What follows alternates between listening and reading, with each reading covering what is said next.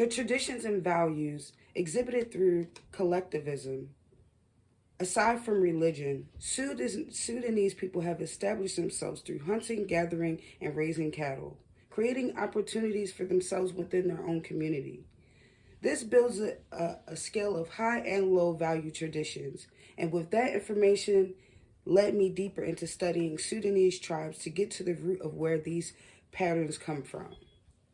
Robert S. Kramer states that most residents live in small homes in poor areas. The type of housing ranges from huts to tents. Some tribes continue to live as they have for centuries under the authority of a chief or a king. To a large extent, they live from hand to mouth.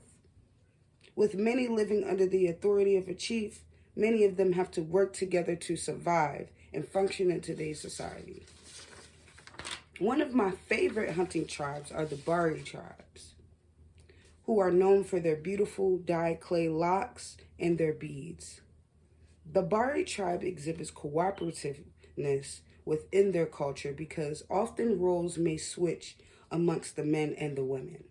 The Bari focus is to create equality amongst the men, women, and children, creating age grades and initiation rituals. By doing this, they are teaching their children respect and strength, while not so much paying attention to the mental development of the child. Another interesting fact is that some of the husbands are allowed to have multiple wives. As long as the first wife approves, the new wife is then moved into the home, then built a hut in the village. The husband must also agree to work a number of days with the bride's father for a certain amount of hours a year.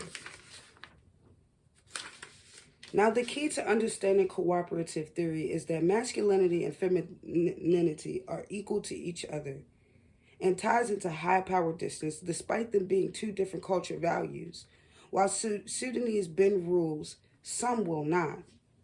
Another interesting story that I found is when a forester inspector found while traveling through Sudan, he witnessed a sacrifice.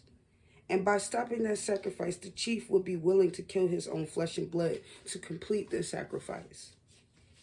And he quoted, "This," said the Sultan's son, "is the custom of my people, and I will carry out whatever you are or your government says or threatens. The legs of these girls will now be broken, and the girls will be thrown into the grave and buried alive with my dead father." This narrative, doubly notably, is depicted between the Africans and the Europeans. Despite the differences between American cultures, though, the Sudanese culture stays true to themselves and maintains their values and morality. Through my research, I have found that this culture demonstrates high power distance, cooperativeness, and collectivism. I would like to thank everyone for coming out, and thank you for joining me tonight.